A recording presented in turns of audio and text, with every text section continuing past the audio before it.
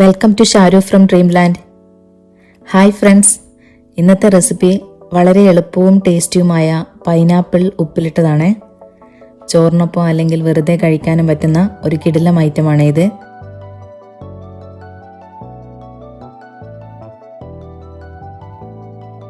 തുടങ്ങിയാലോ? ആദ്യം വെള്ളം ചൂടാക്കി ആറ്റിയെടുക്കാം. അതിനുശേഷം പൈനാപ്പിൾ ചെറുതായി അരിഞ്ഞു വെക്കാം.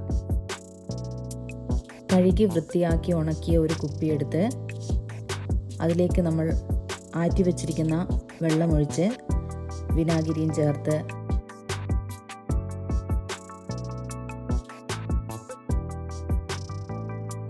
ആവശ്യത്തിന് ഉപ്പും ചേർത്ത് പിന്നെ കട്ട് ചെയ്ത് വെച്ചിരിക്കുന്ന പച്ചമുളകും പൈനാപ്പിൾ കഷ്ണങ്ങളും ചേർത്ത് എല്ലാം നന്നായി ഇളക്കി യോജിപ്പിക്കുക. ഇനി നമുക്കിത് നന്നായി അടച്ച കുപ്പിയിൽ സൂക്ഷിച്ച് 2 ദിവസം കഴിഞ്ഞെടുത്ത് ഉപയോഗിക്കാം. സൂപ്പറും സ്വാദിഷ്ടവുമായ പൈനാപ്പിൾ ഉപ്പിലിട്ടത് എല്ലാവരും ട്രൈ ചെയ്ത് നോക്കണേ. Thank you for watching. വീണ്ടും കാണും വരെ ബൈ.